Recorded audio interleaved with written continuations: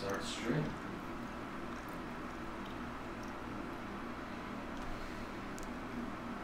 It says starting. You are live. 5 seconds in. Let me double check here. Alright. We should be online right now. No Street Lights You know- Podcast. I don't even, what is today? Today's April 17th. Is it the 17th? Yeah, and a few, not even that long ago, I was watching outside as I'm working here, Uh-huh. and it was snowing. I don't know if it was snowing by you. Oh, it's snowing. Yeah. In the middle of April. Freaking ridiculous, Yeah. man. After the middle of April. My dad was telling us a story where this guy at summer camp came to summer camp and was claiming it was snowing on Memorial Day in Calhoun or Coshocton or somewhere like that, and no one believed him. He went home and came back with a newspaper clipping from the newspaper article that said it was snowing on Memorial Day. Holy crap. Yeah. Dude, that's insane. I know. Memorial Day. Holy crap. Yeah, I'm very sick of this. I'm very sick of this. I don't mind the rain and like the drainy days. That's normal for April. Yeah. But like the snow, this shit's gotta cut out. I know. This morning I I know. woke up, there's snow on my deck. There's no Like bigger dusting? depressing. Yeah. There's Yeah. no more depressing thing than seeing snow in the morning. You're like, I know. Oh, it's gonna be one of those days. Even the morning they were calling rain, I go out to my car and I got just a thin sheet of ice on my windshield. So How's your car running? Pretty good. I just got 4 new tires, and man, it's such a great feeling. You forget what it's like. Oh, to for have sure. good tires. Yeah, good tires, and So it's one of those things where when you kind of invest in your car and put money into it, you feel better about yourself. yeah, it's satisfying. Definitely, Yeah. yeah, for And sure. I'm saving the studs for next winter. Good. So yeah, So now, what brand did you get? brand tires. Yeah. Man, I honestly don't. Where'd you get them remember. Auto Pros in Greeley, Pennsylvania. No shit. So I think it was like just over $500 for 4 of them, brand new, Wow, that's really good. free alignment. That's a good price. Yeah, It's a very good price, dude. You Yeah. don't want to know what I paid for the tires on the Durango. really. Although How big are those? those are 18s, Mm. 18s or 19s or 20s. I don't even remember. I I got think it's 17s. 18s. But I bought Cooper tires Mm-hmm. from this guy in Fallsburg. Wicked nice guy. Mm-hmm. $700. $700. Yeah, but they've lasted me for like 2 years now. I'll That's probably fine. have to buy tires at the end of this year, Mm-hmm. but they've lasted me a long time. I think these were Very happy about. saying like 65 or 70,000 miles it would go. That's a ton. Yeah. That's a ton of miles. Yeah. And dude, you don't beat on your car. They'll No. last even more. You keep up on the rotation and Yeah, that's why You'll be I try fine. to do that. So maybe every few oil changes, I'll just tell them rotate the tires. boom. That's it. So, yeah. That's it. There's I felt, speaking of cars, I felt a little defeated about a week and a half ago. Why is that? So I took my Durango to Port Jervis Auto Mall, Uh-huh. which is where I bought my Durango, and things not have changed. They haven't gotten better, but I kind of squared away like my monthly expenses and how much could I spend more on a car, on a car payment rather, Mm-hmm. and it ended up being that I could potentially add some money to my car payment Okay. every month. So I went in there and they had this new truck. They have a $9,000 rebate on this truck, bro. Ooh, okay. It's originally like a $40,000 truck, brand new, Mm-hmm. and they were selling it for like $31,000. So I was like, perfect. I'm Yeah. like, this is it. Yeah. So I go in there, and the guy who I deal with there, he brings it to his boss, and the boss is pretty good about trades Mhm. because when I traded in my Mitsubishi to Port Jervis, Mm-hmm. they gave me well over like private party. So that's where that car went. Yeah. And usually like a dealership will just give you a trade-in price. Like they won't do the private party price. Okay. And I was like, oh, great. This is awesome. Mm-hmm. So I went in there, did the whole 9. The truck, if I didn't have a car, Mm-hmm. the truck alone would have costed $407 a month with Wow. just with my down payment and Mhm. that and tax included and Right. everything, which is not far off from what my Durango is a month. It's about $100 more. Mm-hmm. And I'm like, oh, this is great, blah, Yeah. blah, blah. So he needed to meet a price on my Durango. I think it was like $7,000 or something like that. Okay. And he comes back with $5,000. What? Yeah. What? So I'm like, no. I'm like, What? dude, you're ruining this. Yeah. Because, dude, to roll over $2,000 in a loan, Yeah. it ups your payment a shit ton. Because Yeah. it basically cancels out your down payment. Okay. You know what I mean? And then I wanted, automatic start. Even though it's a new car, the trucks sometimes don't come with, like, automatic start. And then... What do you mean automatic start? So basically, like if I hit, like on most new Dodges and Jeeps, if you hit the lock button 3 times, Yeah. it'll start the car for you. Oh, like a remote So start. like, remote start. Oh, Yeah, that's probably okay. the terminology I should have used. Okay. Built in? Like, come, right? Yeah, like they could do it at the dealership for you. Wow. That and a backup camera. Yep. So with all of that, it like turned out to be like $515 a month. Okay. I can't do that. Yeah. That's way too much. And that's without the car insurance. That's without the car insurance Yeah, alone. right. Yeah, that's just car payment. So we went from $100 a month that I could squeeze to over $200. Yeah. It just wasn't Not worth possible. it. Yeah. It was. I'll tell you what. It was so discouraging because I got in the truck. I drove it around. Yeah. It's the color I want, the style I want. Uh-huh. Like, oh man, felt a little defeated.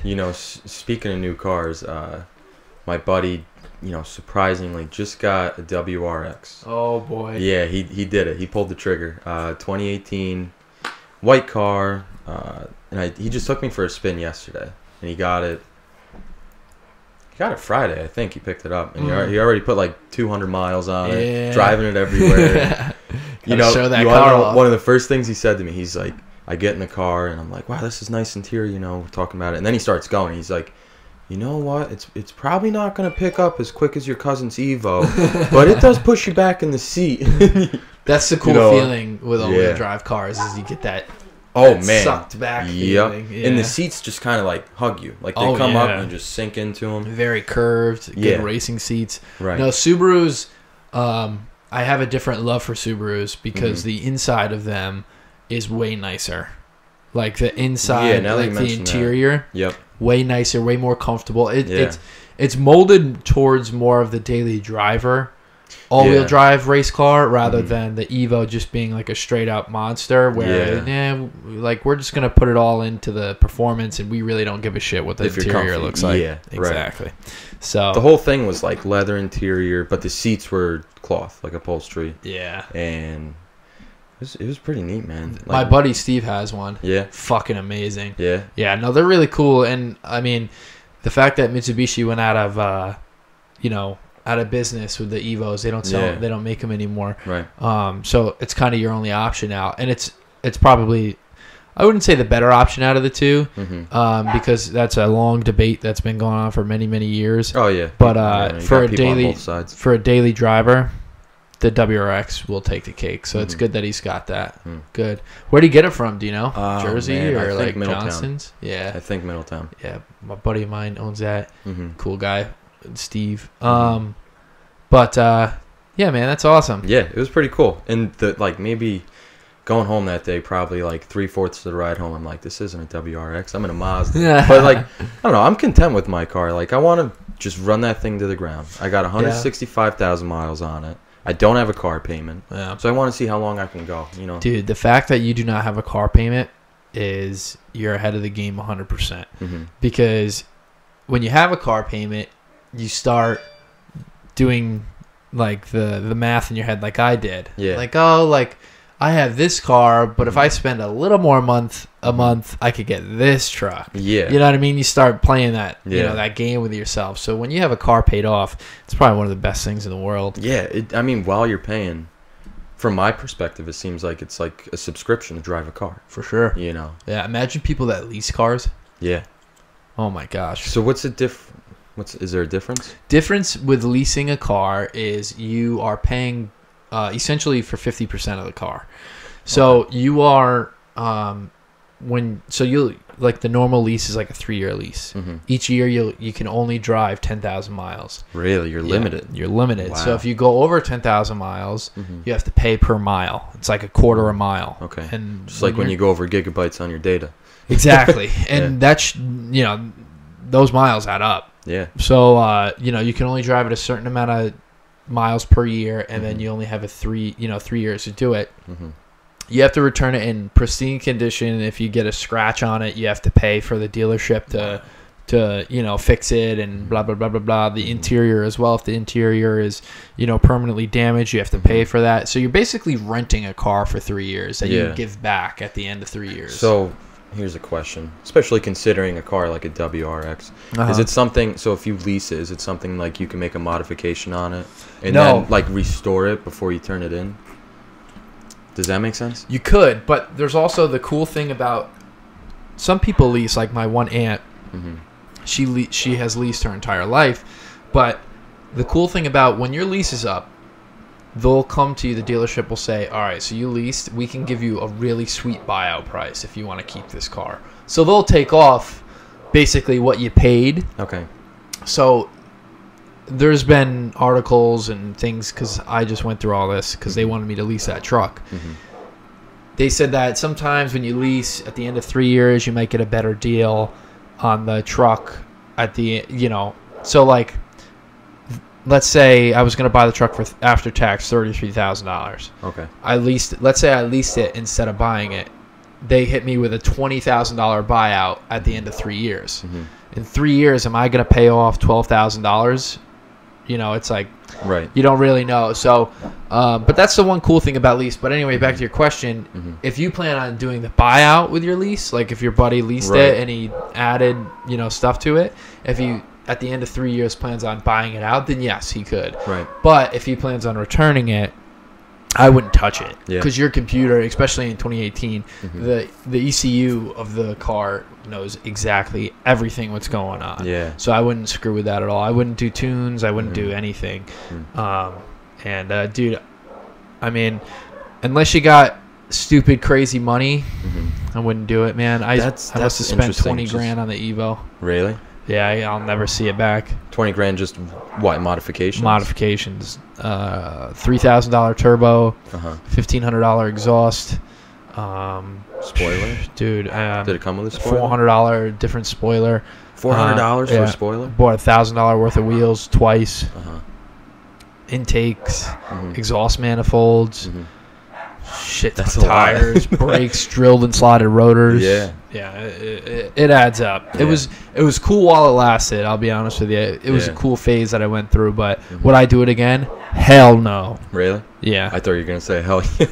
No, I got a house now. I can't be spending that kind of money. I'm counting my pennies now. Yeah. I've never done that in my life. That reminded me of a funny story. Yesterday I go to work, and halfway through the ride, it's a 50-minute ride. Halfway through, I'm like, shit, I forgot my wallet. I forgot my wallet. I didn't bring lunch, so I was going to buy lunch. So long story short, my buddy ended up spotting me lunch. But thank you, buddy. Yeah, thanks, Mike. But other than that, I was on my own for getting a cup of tea, right? So I got just a little change in my desk. So I pull out the drawer. There I was counting pennies.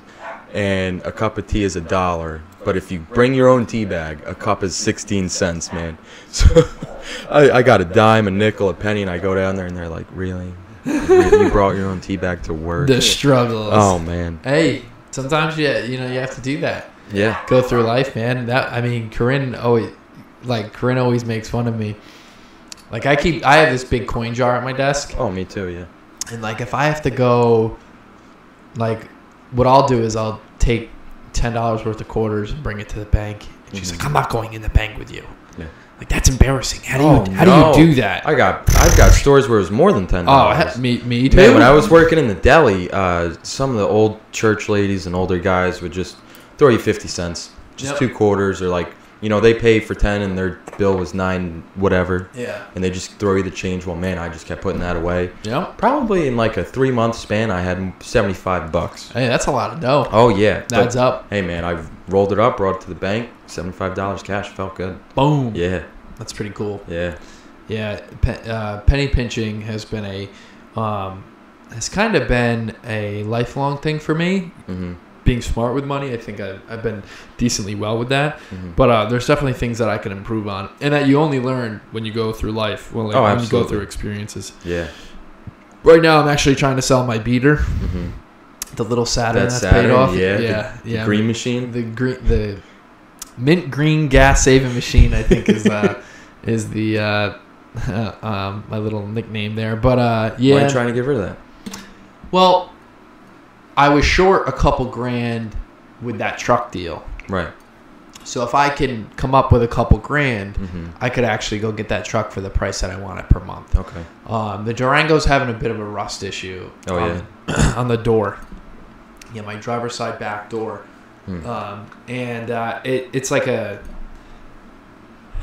hate to call it a factory kind of issue, but it was. No, that my sister had a Ford Explorer, and I heard a rumor where a lot of Ford Explorers had a rust issue, and it's always in a certain spot too. So I don't think you're mistaken there. God bless anyone who owns a Ford Explorer. Yeah, I asked her the other day because her Subaru now, I don't even know what kind of Subaru she has. Maybe a Legacy or something like that.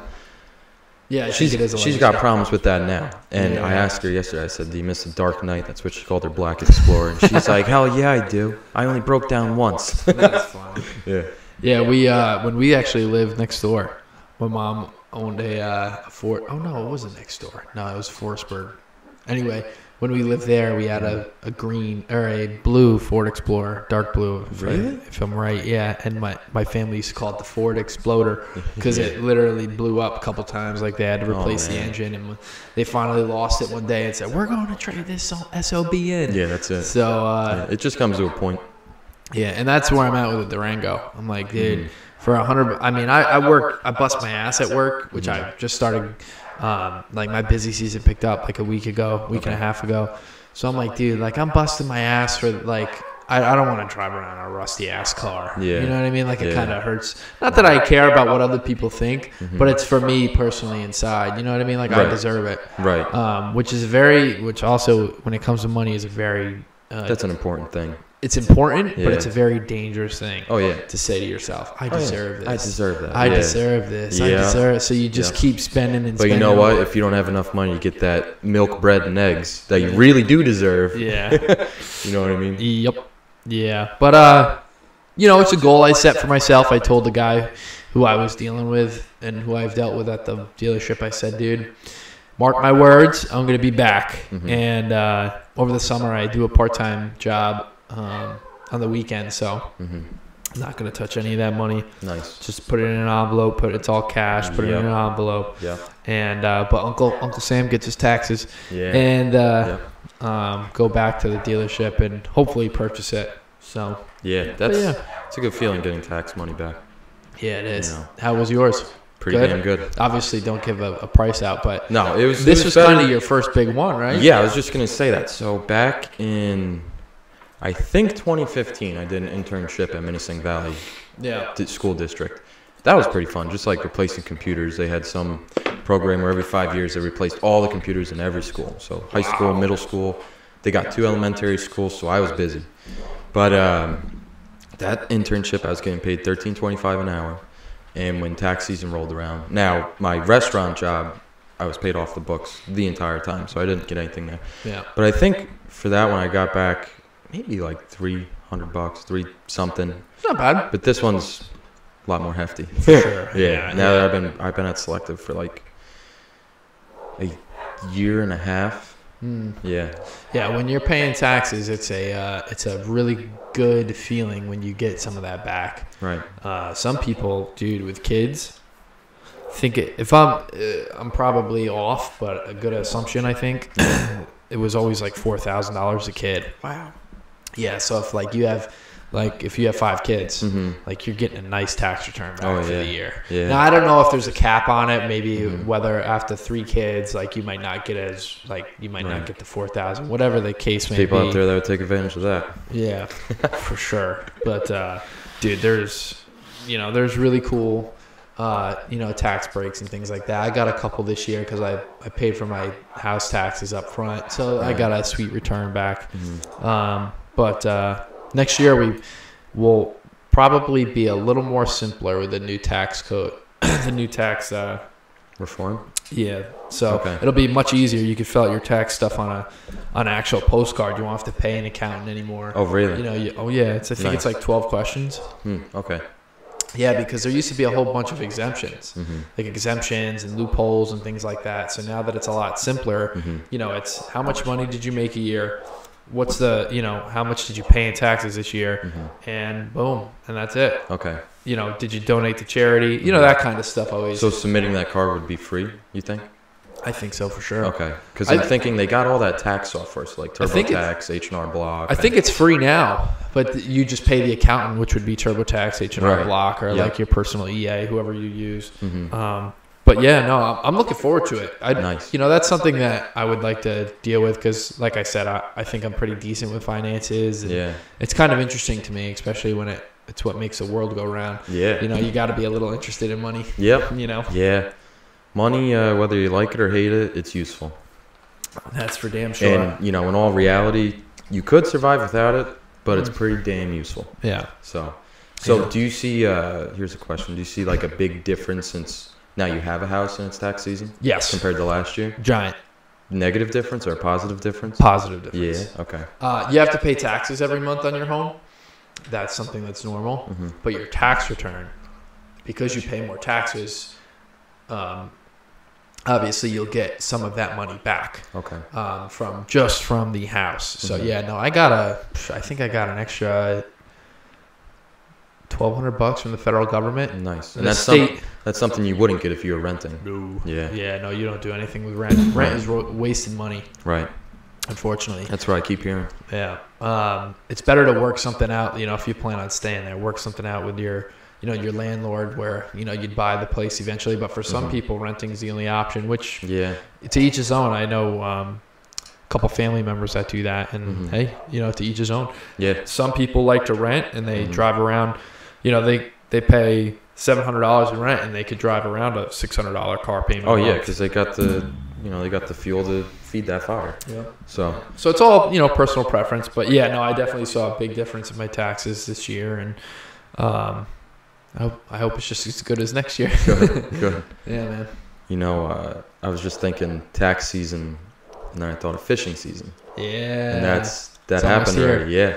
So, last weekend was a good weekend. I didn't get to go yet, and unfortunately last year sucked. I didn't even get to go fishing whatsoever last year. I just never. Me neither. I never made time for it. Yeah, I love to go to Lake Superior. That's my spot. A few of my buddies go up there. Where is that?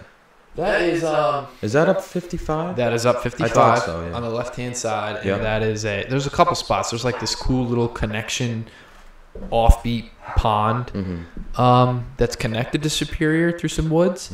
And then you could actually go to Superior. Like for me, I'm lucky enough to where my father has a small fishing boat and I bought a trolling motor for it. Nice. And I take it out there and I get to fish either by myself with one buddy or maybe Corinne will come out with me. And one of my buddies, Jake, listen to this story. Oh, Jake, yeah. I know Shout Jake. out to my man, Jake. So I've heard a few stories about Jake. Jake's a good dude. Yeah. Rodmaster, that guy. Seriously. So I'm out on Lake Superior for 2 hours. Got a couple bites. Didn't catch a thing. Okay. And that usually never happens at Superior. Superior is a pretty populated lake. Yeah. You usually catch at least one or two. And I'm pissed. I'm like, God, like, are you kidding me? Like, I didn't catch anything. So I'm on my way in, and I see Jake is, I think, he's going to yell at me. I think he's 6'8". Okay. Is that 6'8" or 6'7", one of the two. Okay. I think. And, Rich, I'm 6'10", man. Come on, get it right. But anyway, he's tall. That's the point. So I'm coasting back into the dock so I could load my boat up and leave. And I didn't catch a thing. And I'm like, Jake, what's up, man? He's like, yo. He helps me pull in. I get off the boat. He's like, you catch anything? So he threw one out. You catch anything? Nah, Jake, I didn't catch a thing. Oh man, that sucked. No shit. He's reeling in, bro. He caught a catfish. Yeah. What's this, off the dock or the coaster? Was it a catfish or a mama bass? Ooh. I think it was a big mama bass. I think he got the catfish another time. This is really bothering me. Anyway, catfish or big bass. This thing was giant. Yeah. Every fish I see that he catches, it's huge, man. Now, like I said, Jake's a big dude. Yeah. So when he holds up a fish next to him, it looks tiny. Yeah. This fish did not look tiny next to Jake. Like, I was like, Jake, are you kidding me, man? Yeah. Like, seriously? Yeah. Like, I was like, 2 hours I've been out there. And I'm like, you casted one freaking thing from the dock. Yeah. You catch it, man. You got to fish with Jake more often. I seriously do. Yeah. You know, I know my brother Ryan went with him one time. I don't know where this was. And I've only seen the picture. And, you know what? I got it on my phone. Ryan sent me a picture. So I forget where they were, but long story short, Jake caught a snapping turtle. Oh, dude, he catches them all the time. Man, the size of a dinosaur. You ready? And he doesn't care. Oh, he doesn't care. Up. He's like a Sullivan County Steve Irwin. That's what that is. Dude, look at that thing. That's what I'm talking about, dude. Yeah. That is a dinosaur. I gotta try to show this to the camera. Hold on, folks. We're gonna see if we can line this up real good. It's gonna be a little. All right, here we go. Here it's gonna go. A little up. Oh no, they can see it. Good. Dude, look how giant that turtle is. Huge. Imagine if that thing weighed, and they were all saying it was hissing at them, and dude, those things will snap off at least one finger. Yeah. Whole. Yeah. No problem. One chop. Done. Yeah. Eat it. Sorry. That's awesome, though. Yeah, no, he's a Banff. Yeah. That's what I like to call. He's a badass mother. I've never went fishing with him, but I don't know. Fishing's just one of those things where, especially like where we go fishing up at the Papacton Reservoir, you got no cell service, man. There's no radio signal. There's nothing out there, and it's just quiet. Yup. Especially on a nice day where it's not too sunny. Yeah. You'll get some days where the water's like glass. Yeah. And yeah, it's nice. That's I love pretty it. cool. Now, up there, you can't have a running motor, right? You can't have a it's motor. just a no. rowboat. Yep, it's a rowboat, which it's annoying, but sometimes it's nice. And I've yet to do that. I bet it's a part of the experience to get out there and row in there, and probably less people out there too, because nobody wants to row. I did go one time though, and it was packed, and it's just rough when it is, because you're always like that guy just caught something, and I'm like right over here. How did I not get anything?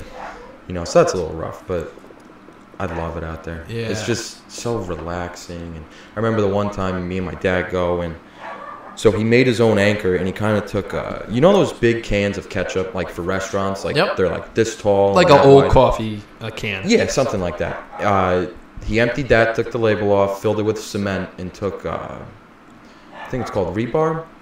Yep. And put that in there, coiled it everywhere.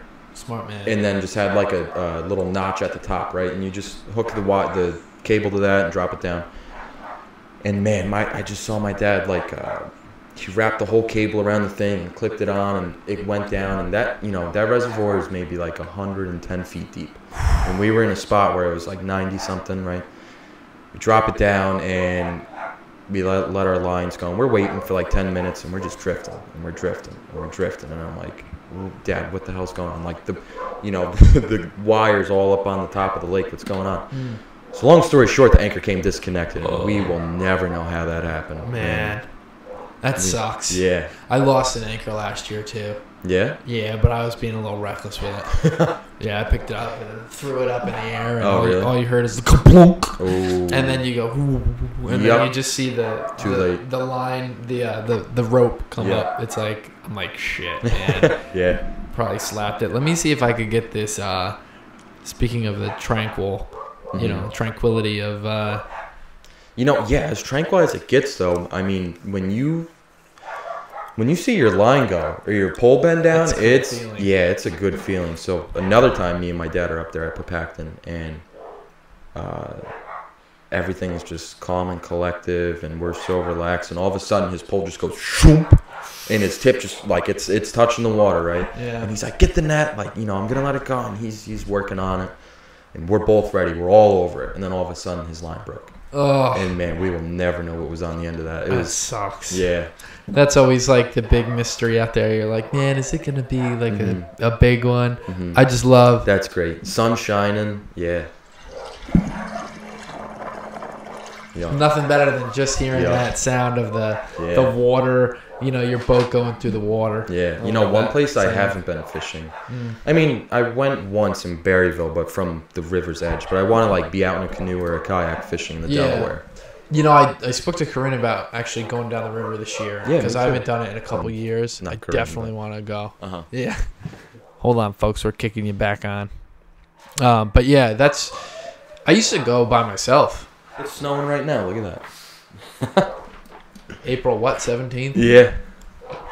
It's just terrible. I hope summer falls on a weekend this year. Yeah, seriously.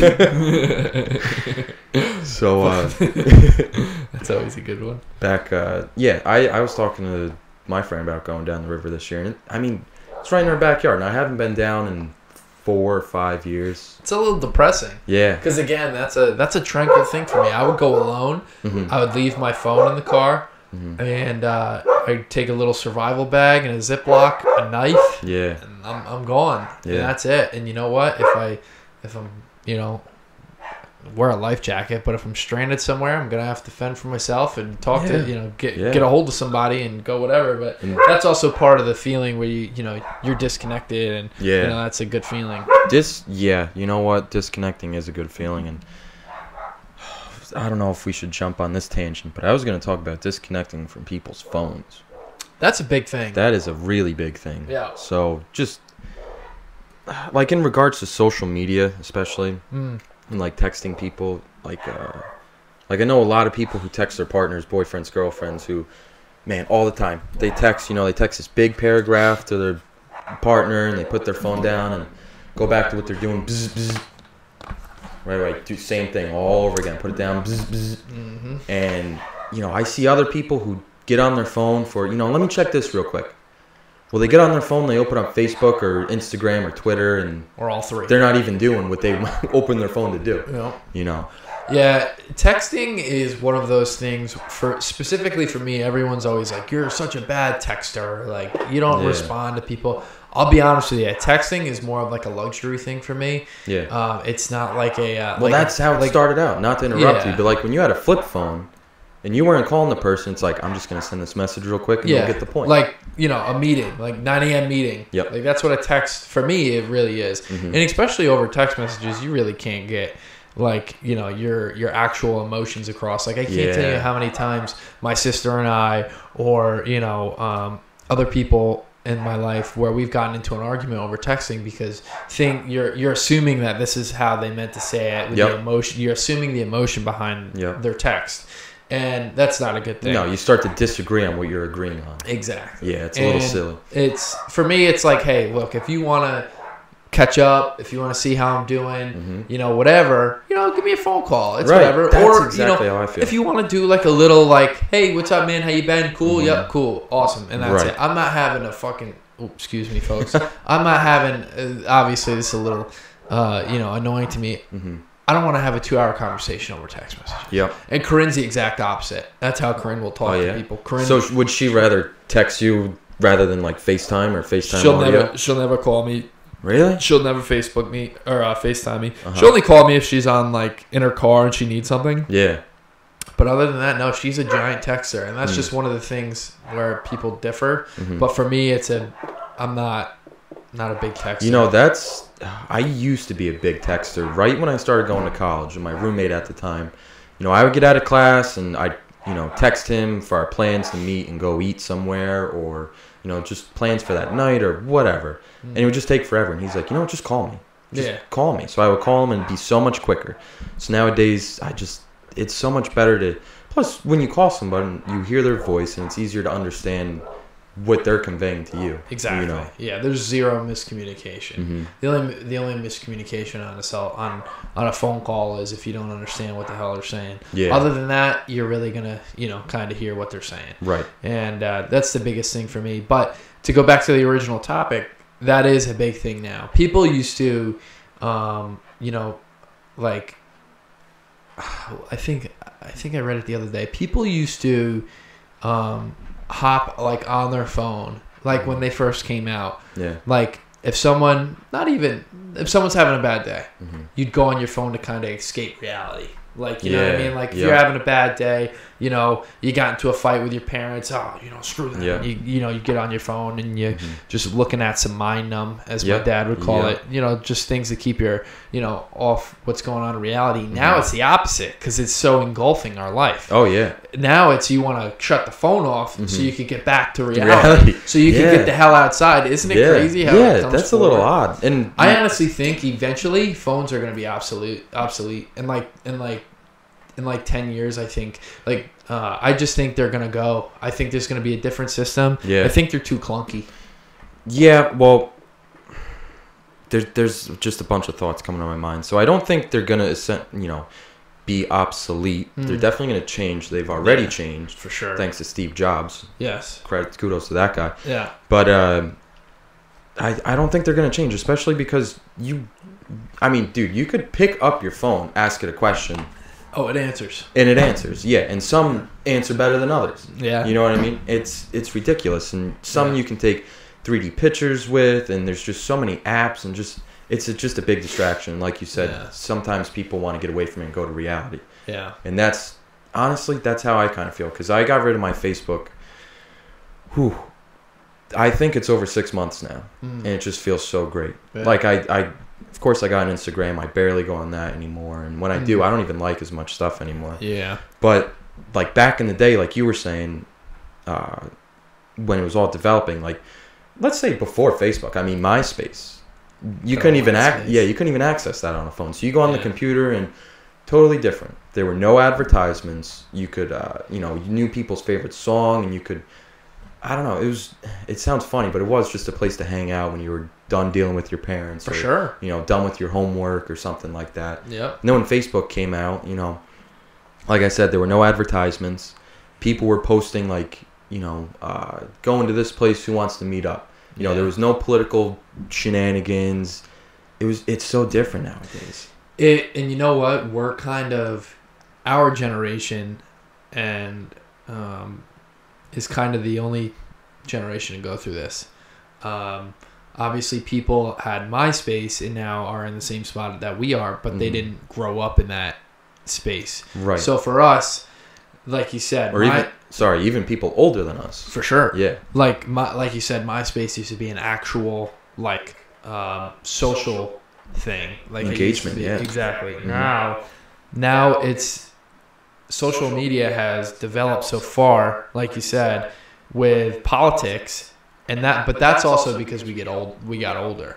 And unfortunately, when we're not in school and when we're not doing, you know, who's going to soccer practice tomorrow, who's skipping, who's going here, who's going there, it's people are sitting home bored, and they post, this guy's the root of my problem. I know. I know. And unfortunately, I think everybody is a little guilty when it comes to politics, and including myself. And I've been there, here, there. If this president would just cut my taxes, I would, I'd be able to afford this. I'd be able to afford that. If this president didn't, I just the part that I don't like, or I don't really appreciate, is just how, not that you can't be serious on social media, but when people get seriously political on social media. So someone will post a picture or a whole paragraph, or even write it themselves and be like, I'm gonna try to change someone's view. And I never heard of someone going on Facebook, look at this. Wow, I'm all of a sudden a Democrat. I'm all of a sudden a Republican. Dude, that's really true. No matter how much you just, say to your friends, I'm gonna fucking show him. You won't change the person's mind. You won't. Yeah. And that's so good. That's so good. And I do remember. In fact, speaking of presidents, I think, I could be mistaken, but I think it was Obama's farewell address, or whatever they call it.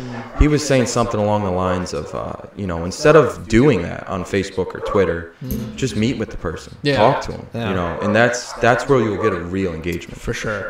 And that's where you'll learn kind of more of where they're coming from. You know what I mean? Like there was a big thing with, during Obama's term and the whole healthcare issue and all that stuff. And my buddy, I won't mention his name, but my buddy has a big heart problem, and his family didn't have any insurance, and they had to give him a pacemaker. He had bad heart problems. And then when Obama introduced Obamacare, he got on Obamacare. So, you know, I could see if you're having an actual debate with someone and a hardcore right person's like, screw Obamacare. But if, like, for me, like you just said, I went down and talked to him, and I'm like, wow, that actually kind of makes sense. Like, dude, without that, like, you'd kind of be SOL. Yeah. But then also I understand the other side. So, but anyway, going back to your point, sitting down with people and actually engaging in conversation is way more, what's the word I'm looking here for? Better. Anyway, it's way better for you to understand that way, right? Rather than just Facebook it. And dude, I honestly, I hate when people do that, whether they're on the side that I am or the other side. Right. You know, this person, you know, doesn't believe this thing, and it's like, dude, give it a break. Yeah. I deleted my Facebook in 2010. I never had it until like 6 months ago. Oh, that was 8 years ago. And I only added my family. My family's the only people that I have on there. And even to the short amount of people that I have on my Facebook, you still see that. I still see that. Yeah. And honestly, I'd say a year ago, I was probably one of the worst people because I would post, you know, Republican stuff all the time. Oh, man. Because I was a big pusher for the tax break. Because I think that honestly helped. That helped me for sure. And that also helps a ton of people. Well, like, especially during the campaign last year and months before the campaign, I was posting stuff like that. For sure. But absolutely. Because you want your person to win. Yeah. You know, that's the cool part of expression. Yeah. But then, like we were just talking about, someone can just go off the deep end and write a 6-letter, you know, a 6-page letter on Facebook on what they think about it. That's you can't go that far. See, and this is why breaks from this stuff are so valuable, because there you are, you know, you're getting hyped up to write a paragraph on social media. Your heart's beating. You're wondering what everyone's going to think. You're wondering if you're going to be satisfied or depressed after you write it. And to me, it's just a waste of time. It is. And you know what? You feel stupid afterwards. Yeah, I'm sure you do. That was one of the big things for me, is especially going back to growing up in the social media era on Facebook. You know, it was a platform for you to release some emotion, and whether you were pissed off at somebody or pissed off at your girlfriend, you know, you could post a sappy quote or an angry quote or a happy quote or whatever it is. And most of the time for the for the sad or like sappy posts, like a week later you go back and look at that and you're like, oh, dude, I'm fucking, what the hell was get that off? Delete, you know what I mean? And that was a big thing where 6 months ago, someone who was new to Facebook, they were kind of airing out all their emotions on Facebook, and everyone was looking at it. And I'm like, yo, I went through that shit growing up. You don't want to do that. Don't do that. Yeah, because everyone's going to look at you and like, yo, like, I see that was a cool person. Yeah. And now they're like venting about how, like, you know. Yeah, their boyfriend dumped them. Or like, like, what? Yeah. Maybe that's why your boyfriend broke up. Exactly. Yeah, we found it. But no, that's one of the big things. And for me, like I said, my Facebook is for my family, and but I think I'm even with my family, and I have a big family. Even with my family on Facebook and my friends on Instagram, I think I'm gonna delete the apps. That's what I usually do. I don't delete my profiles. I'll delete my apps off my phone because that's where I'll look at it. Like you said, back in the MySpace day, it used to be computer. Yeah. And honestly, now guess what? Hey, if you want to check it, go on the computer and kind of. There was no MySpace icon waiting for you to look at and click. Yeah. You know. I think there's an echo. Is there an echo? Yeah, I think so. Maybe I'm too close. Maybe how's your gain looking? It's up all the way. Or no, it's down all the way. Sorry. So was yours. Let me see. Let me test this out. Cause I think let's hope it's not too bad. Yeah. Maybe we're just talking too loud. Yeah, it's probably me, honestly. Yeah. That's always one of the cool things about podcasts, where you kind of always have to retrain yourself and check you relearn it and stuff like that. Well, back to feeling bad about something you posted in the future. So the other night, this was probably 2 or 3 nights ago, I wake up, my blood sugar's low, maybe 2, 3 a.m. And you know, it was over the weekend. Okay, the echo doesn't sound that bad. No, it doesn't sound terrible. Okay.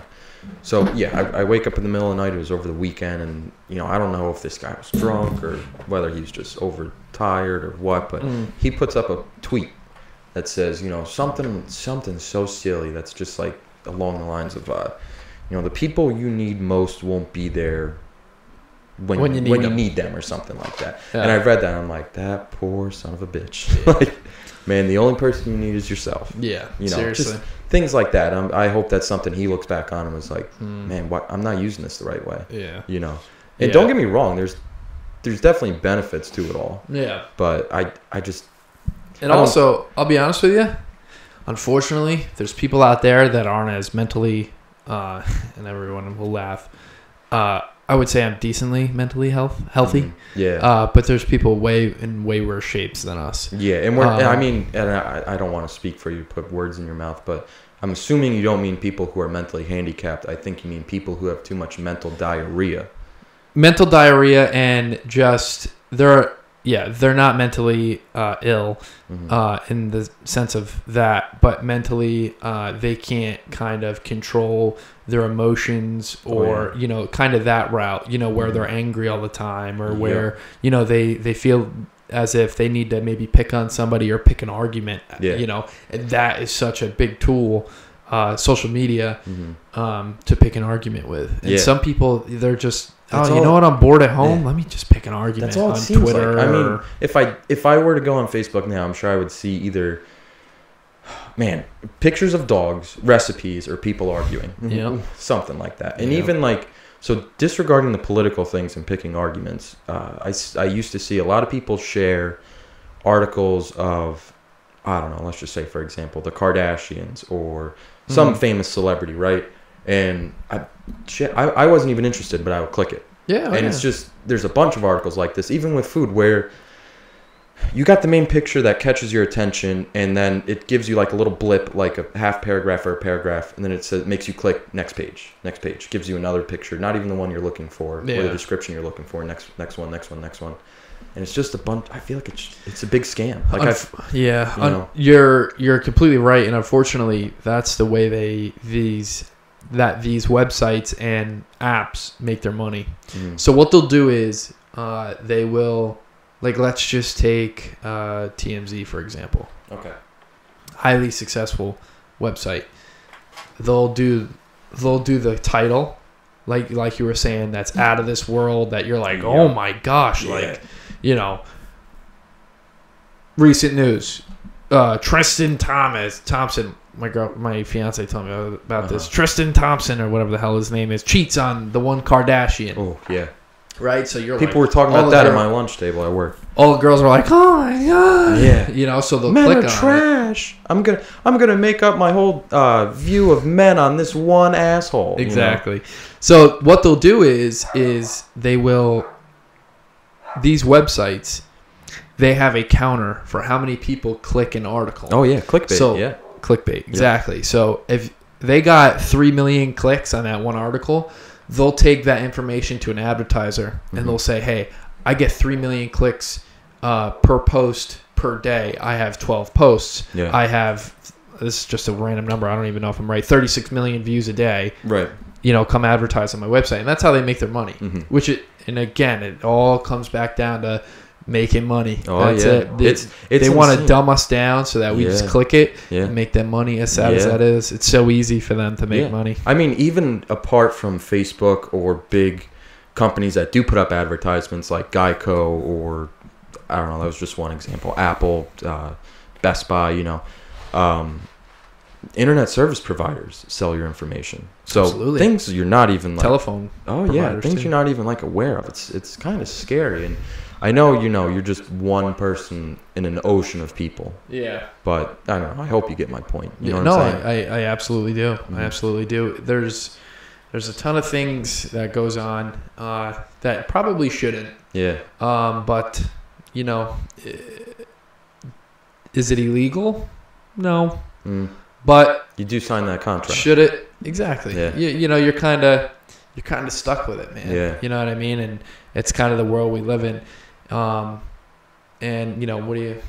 Time Warner Cable sells your phone. You're like, all right, can I get a couple advertised calls a month, or am I not going to have internet? Yeah, That's the way the Time Warner Cable up at their offices are like. So, are they going to cancel because of that? Separate from those guys, the people who make the phones and like iOS and Android software, you can block those numbers. Yeah. And of course, they got all these algorithms to keep the area code the same and change the number so that they're not blocked and keep calling you. But yeah, it's just something you got to put up with. You still get the service you're looking for. Yeah. Did you hear about the one guy? This is just wicked random.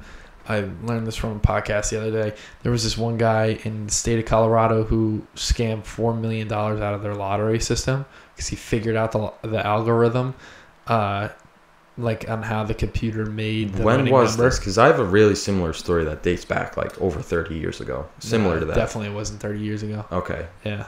Because I think it was like a year ago. I remember sitting in class and, excuse me, my professor brought up article where this son and his father. So you know how on TV on the lotto they got those white balls that pop up and those are totally random. No one hits a button and you know what I mean? Yep. So before that existed, these guys, this father and son, actually figured out the algorithm for the lottery. I don't know how they did it, but so they were winning money just over and over and over, and the people who were running the lotto were like, something's wrong, like something's up. So they found out, and I think that's pretty sure when they implemented the whole white ball thing. But I also want to know, how is that wrong? The guy was smart enough to beat the system. Right. He didn't do anything illegal. No. When you play the lottery, it does not say you cannot figure out the algorithm. Right. You know what I mean? Right. So it's, I don't know how I feel about it. Props to that man. I hope he kept the money. It's like someone playing Jeopardy, knowing all the answers. Seriously. It's like you can't. That's unfair. No, it's not. He was just wicked smart to figure it out. It's just surprising. Yeah. I don't know. So. It's probably the millionaires. Hey, that guy's taking all my money. Yeah. He's not allowed to do that. What do you mean? I don't know. He can't win that much. Yeah. But, yeah, lottery's a funky thing. Everyone always has, unfortunately, the plan that if I hit the lottery, I'm going to do X, Y, and Z. Yeah. And one of the coolest quotes that I saw when I was in high school was, don't have the lottery work ethic, have the I'm going to make myself rich work ethic. Yeah, absolutely. As in, don't wait and rely on the lottery, that make it a reality. Yeah. And of course, that's really tough. Yeah. But it motivates you, and hopefully in the end, it makes you some more money. Yeah, don't gamble on the money. Work for that money. Hell yeah. Earn the money. For sure. That's the thing. I feel like all these people who win the lottery, they don't earn the money. Yeah. They just win it. Yeah. It's just like cheating on a test. Okay, it's not cheating, but it's like cheating on a test score where you don't. If you get back 100 and you cheat on the test, you're not satisfied. Sure, your grade might be good, but if you put in the hours and studied and got 100 or a 95, of course you're going to be more satisfied. Feel way better. Yeah. I'm pretty sure it's like a statistic. Like I think it's like 85% of the people who, and quote me if I'm wrong, people, send me an article. I think it's like 80% of the people who ever win the lottery go broke.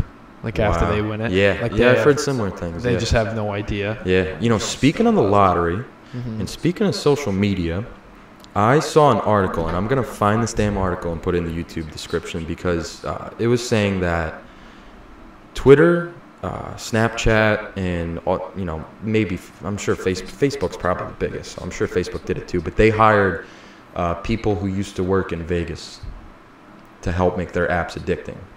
And, Smart. A lot of the people who I know, friends and not friends, they use their phone everywhere they go, man. They Snapchat while they're driving.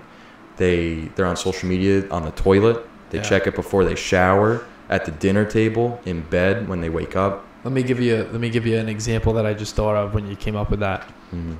Now, I don't know if this is a thing, but tell me this isn't a smart idea. Okay. Let's say your Facebook. You open up your Facebook in the morning, right? You wake up. Mm-hmm. Side note, that's also why I hate social media, because when you wake up and when you go to bed, that's the first thing you freaking check. And I hate that when about you should really that. just be goddamn happy and satisfied that you're living That you and breathing. woke the hell up and you're about to drink some coffee. Yeah. Anyway, sorry about the rant. Yeah. So you wake up, right? It's raining outside. Mm-hmm. Facebook says, good morning, blah, blah, blah. It's 42 degrees and it's raining all day. Yep. Boom. So you instantly get, it's going to rain all day. I'm going to stay inside. Mm-hmm. And when you're inside, what do? You're on social media, you're on your phone all day. Yeah. So you're just going to sit on your phone all day. And now on a sunny day, Is Facebook going to tell you that it's sunny outside? Yeah. Maybe not. Yeah. Because they might want you to stay, when But you're even outside, you're not going to be on your phone as much. But even if they do, those people, and those people, who am I? A lot of teenagers especially are going to go outside, take a picture, or look for a picture to take that they can throw up on social media. That's it. And or if it's 80 degrees, they'll be like, oh, it's too hot, I'm not going outside. Yeah, true. I'm just going to sit in the AC all day. Exactly. But 2 summers ago, I helped my buddy's mom coach a JV girls soccer team. And something I noticed was that a lot of them and a lot of people in school nowadays kind of form their friend group around social media, what they do on social media. So if you and I are buddies, and I'm posting on social media, me and you, I'm not going to be hanging out with so-and-so over there. You know what I mean? I just feel like what they share and everything they do on social media is kind of, in collaboration to their friend group, which separates a lot of people. You don't get exposure, especially in Eldred. You don't get exposure to a lot of different people. Yeah. That's kind of one of the... That's a tough thing, is socializing through school. It's either you make it or you don't. You know what I mean? And unfortunately, there's that, I would say, small percentage that don't make it and that they get picked on and bullied. Oh, yeah. And, whether you're in the cool kids group or you're in the medium section or if you're getting picked on, you know what I mean? Like, that's kind of the 3 areas that I put it in. Mm-hmm. And I would take the middle of the lane any day. Yeah. And, it's one of those tough kind of human experiments that no one's really figured out because it still happens today. Yeah. It sucks. Yeah, and it happens frequently. But I feel like as you get older, especially going through college where you're kind of on your own. I don't know. Of course you got friends in college, but you're pretty much by yourself. Yeah. I feel like, okay, I'm 23, and I feel like if I was put in a high school classroom now, in the body of a 16-year-old, but the mental structure that I got now, I could totally be content by myself. By yourself. Yeah, if that makes sense. Well. No matter how much people would pick on me or anything, I'd still work on my grades, still go to practice, Well, I think that's due to the experiences that you went through just in life, maybe not through school, because I agree with you. And there was a certain part in my life where I went through some bad things, and I realized that all I need is myself. Right. And you kind of said, I kind of said to myself, I'm going to work and build my own self, my mental. Right.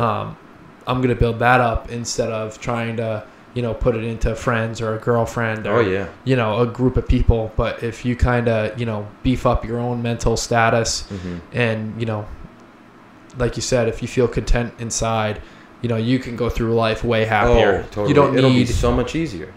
You don't need those people. You don't need, them to make you happy. You can make yourself happy. And if you would like to add on to my happy life, come on in. Exactly. And I see a lot of people who, if they got a different girlfriend every half year or they got a different boyfriend every 4 months, I feel like they're not as satisfied. I feel like they're not as satisfied, but I also feel like their mental thought process is, I'm going to find this perfect person to match my life, and I'm going to have a great life. Yeah. Instead of, like you said, beefing up yourself. Yep. And then adding someone to that. Yeah. You know what I mean? It's one of those tough things, man, because everyone goes through it. Yeah. If I could just date this girl, I'll be happy. Right. If I could just be in this group of friends, or if I could just get this car, if I could just get this computer or something like that. And I feel like also when you're by yourself in these kinds of time frames, you learn, you kind of acquire a lot more responsibility. And I feel like the more responsibility someone requires or someone gets, just the more in touch with life in general they become. Yeah, reality. I completely agree. Yeah, the more responsible you are, the more in touch with life you become. That's probably quote of the day. Really, I completely agree with that. And I think if everyone has a little more responsibility in life, that they would kind of be they would kind of be a little healthier. And I'm not talking physical health, I'm talking mental health. Right. And whether it's some people can have the weight of a ton, and let's just use this for an example. Let's say the wife of this family is a doctor. She has to pay for the house. Okay. She has to pay for the cars, and she has all this financial responsibility. And then let's say the dad, let's say, he's disabled and he's got to stay home and he can't get a job. So he really doesn't feel like he has, a lot of responsibility. I feel like you can always work your way into more responsibility. Oh, absolutely. Like I feel like that person could go out and participate in community activities like picking up, like in a trash pickup. Like my town just released one. I know I'll be doing it, and I have a ton of responsibility. Yeah. But I feel like if you put yourself out there, and whether it's helping community or helping yourself or your family, or just and believe it or not, setting own goals for yourself, whether it's financial goals or physical health goals or just mental goals. I think the more goals you set and that you conquer, you're just going to be you're going to be a healthier person and be, more in touch with reality. Yeah, absolutely. Sorry, folks. I know we're getting close to wrapping up. Yeah, we sure are. But that's I encourage everyone, some people have gone through some serious things in life and they're not all the same. But what I do hope is that through, whatever everyone has gone through in life, is that you have to sit back and say to yourself, this sucks, but I'm going to get over this, and I'm going to make a plan, and I'm going to conquer the hell out of it. And then when that's done, I'm going to do it for the next thing and the next thing and the next thing. Right. I just posted a Joe Rogan thing, Joe Rogan video. Love that guy.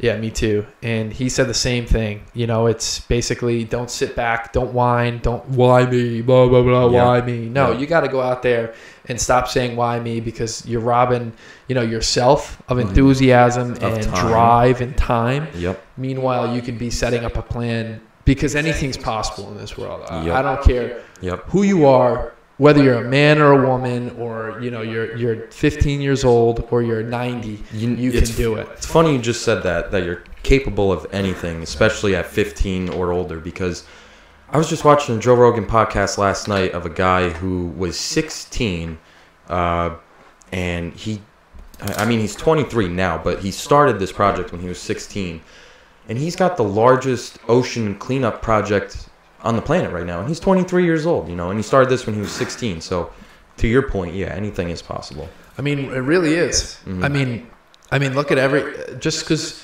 these other people, and you never met them, and it's like, dude, this stuff happens. Like these people, like it's reality. It's possible. Yep. And I didn't get a chance to watch that podcast. I really do want to. Yeah, this guy apparently is like taking all the plastic out of the ocean. Yeah, it's pretty freaking sick. Yeah, he was.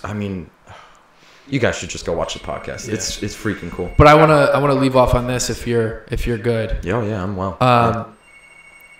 Just like there's some people who watch our podcast who don't watch Joe Rogan's podcast, and I'm just gonna kind of relay what he said. And this is one of his biggest things that he, portrays, and he actually made up. If your life was a movie, if your life was a book, and you've messed up everything in your life, right now, if you could be the hero of your movie, of your book, I butchered that. Anyway, it's basically saying if you're gonna write a book, and you're the hero of this book, and up until today, your life has been terrible, how are you going to turn the story around to be the hero? How are you going to change your life to be the hero of who you want to be? Right. So you could be, and Joey Diaz always talks about this, my man, he's hysterical. Yeah. You could be a drug addict, you could be on heroin, coke, you could be a pothead and just sit there and every day smoke up 7 times a day, wasted the whole day.